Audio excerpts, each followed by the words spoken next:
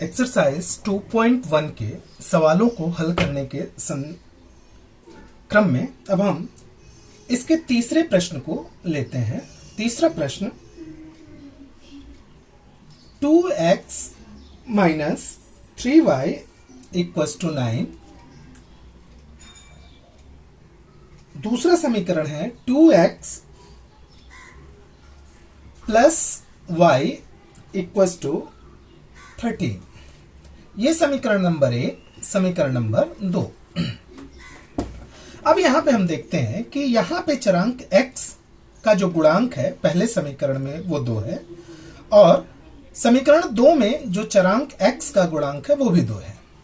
तो इस तरह से दोनों समीकरणों में x चरांक के जो गुणांक हैं वो 2 हैं, अर्थात दोनों समान हैं। यदि हम समीकरण 1 में से समीकरण 2 को घटा दें तो ये x चरांक वो कट जाएगा। तो हम इस प्रकार लिखेंगे समीकरण 1 ऋण समीकरण 2। अब हम इनको फिर से एक बार लिख लेंगे। 2x minus 3y equals to 9, 2x plus y equals to 13। इनको हमने माइनस करना है अर्थात घटाना है। तो यहां पे 2x धनात्मक है तो यहां ऋण चिन्ह, यहां पे भी ऋण चिन्ह, यहां पे भी ऋण चिन्ह। 2x ये कट जाएंगे, बचे कितने इधर ऋण 4y बराबर, यहां ऋण चिन्ह है, बड़े का चिन्ह ऋण और छोटे का चिन्ह धन, अर्थात यहां पे घटाना होगा। तो 13 में से 9 गए 4 और चूंकि ऋण चिन्ह है तो ऋण चिन्ह बड़ा है तो आ जाएगा यहाँ पे। दोनों पक्षों में ऋण चिन्ह, हम इनको हटा सकते हैं। तो y बराबर 4/4 1। सो y की वैल्यू आ गई 1। अब हम इस y की वैल्यू को समीकरण नंबर 1 में या 2 में सब्स्टिट्यूट कर देते हैं। तो y बराबर 1 समीकरण 1 में रखने पर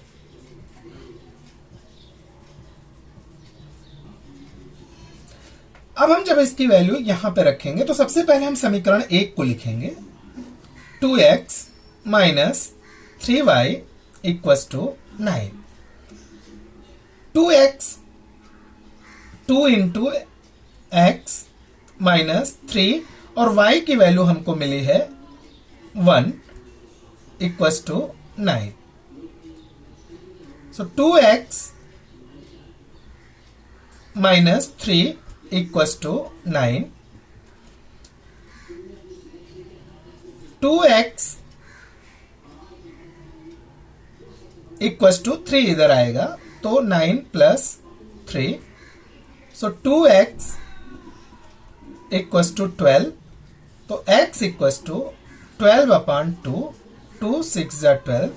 तो x की वैल्यू आ गई 6। तो यहां पे जो इसका सोल्यूशन हुआ, सोल्यूशन क्या आ गया, x equals to 6 and y equals to 1। तो इस प्रकार हम यह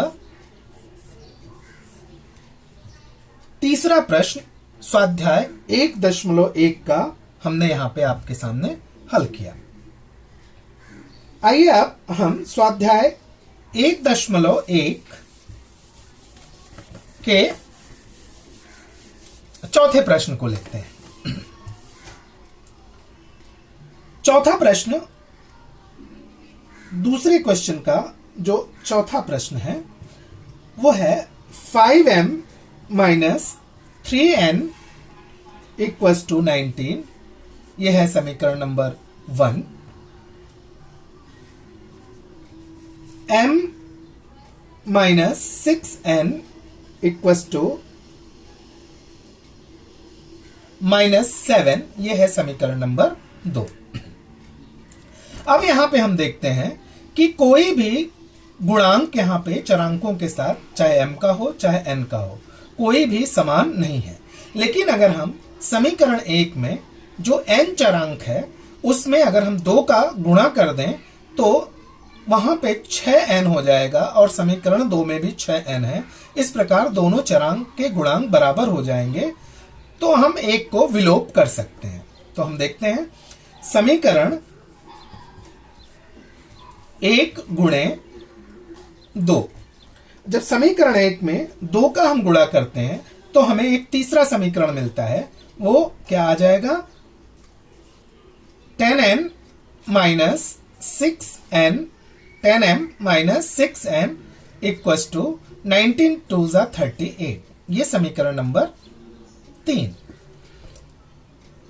अब n का गुणांक -6, समीकरण 2 में भी n का गुणांक -6, मतलब दोनों के गुणांक समान हो गए, लेकिन चूंकि चिन्ह ऋणात्मक है इसलिए इन दोनों समीकरणों को हम आपस में घटाएंगे। तो समीकरण 2 ऋण समीकरण 3 इस प्रकार हम लिख देंगे, और समीकरण 2 और समीकरण 3 को फिर से एक बार लिखेंगे। तो m minus 6n equals to -7, और जो समीकरण 3 है 10m minus 6n equals to 38। चूंकि हमने यहां पे समीकरण 2 से 3 को घटाया है, अतः समीकरण 3 के सभी चिन्ह बदल जाएंगे। तो यहां पे ऋण, यहां पे धन, यहां पे ऋण, यहां पे दोनों धन 6n और यहां पे ऋण 6n है, ये आपस में कट जाएंगे। तो अगर हम यहां पे जब हम इसको हल करेंगे तो हमारे पास ऋण 9m ऋण 9m इक्वस टू, दोनों के चिन्ह ऋणात्मक ही हैं, तो यहां पे ऋण आए 38 प्लस 7 45। दोनों पक्षों में अंकों के साथ ऋणात्मक चिन्ह है, अतः हम इनका विलोप कर देंगे। तो हम यहां से m की वैल्यू ज्ञात कर सकते हैं। सो m इक्वस टू 45 अपॉन 9, 9 5 जा 45, तो हमें यहां पे m की वैल्यू 5 मिल जाती है। अब हम इस m की वैल्यू को समीकरण 1 या समीकरण 2 किसी भी समीकरण में स्थापित कर सकते हैं। तो m बराबर 5 समीकरण 1 में रखने पर,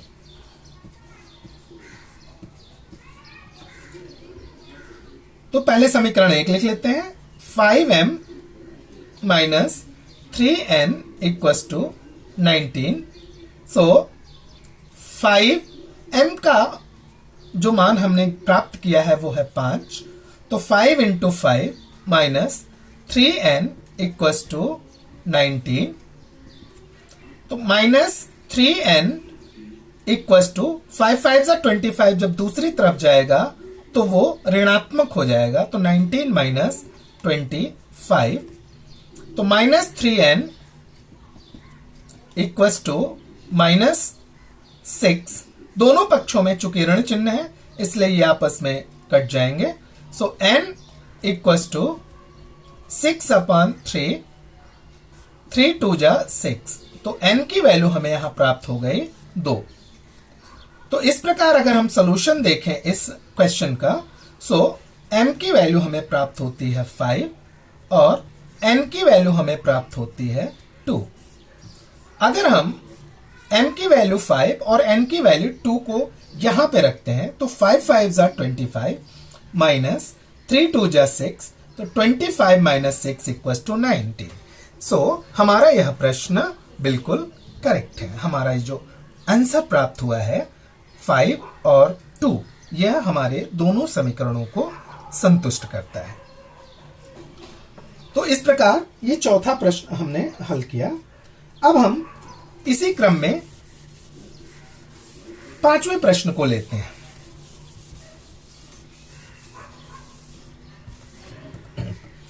पांचवें प्रश्न को हम यहां पे पहले लिख लेते हैं।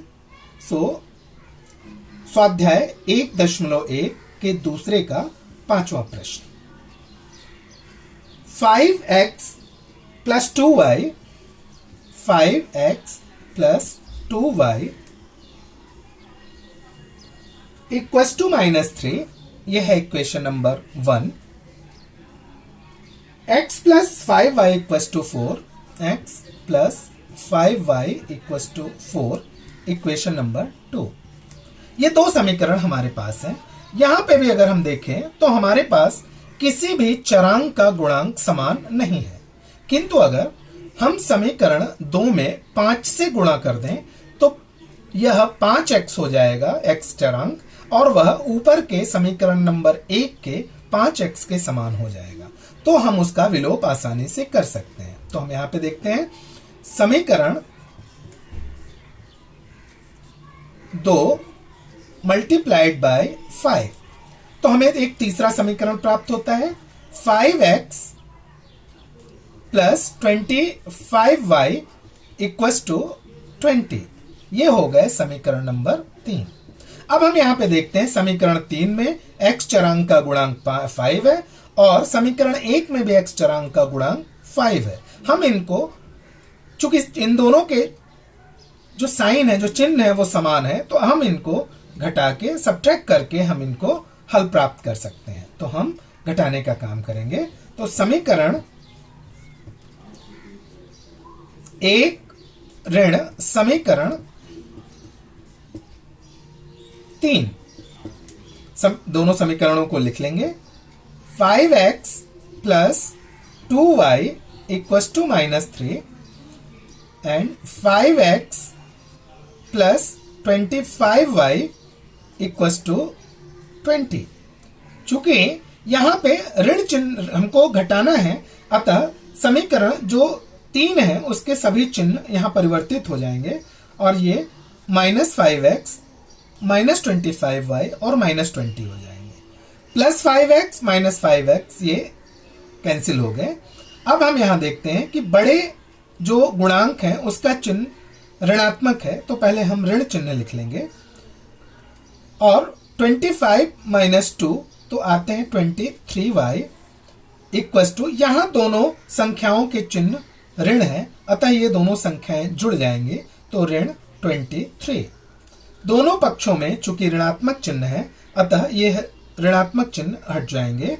तो y इक्वस टू 23/23, दोनों को कैंसिल किया, हमें 1 प्राप्त हुआ। तो y इक्वस टू 1। इस प्रकार हमें यह y का मान यहां प्राप्त हो जाता है। अब हम इस प्राप्त हुए y के मान को समीकरण 1 में या समीकरण 2 में कहीं भी लिख सकते हैं। तो y इक्वस टू 1 समीकरण 1 में रखने पर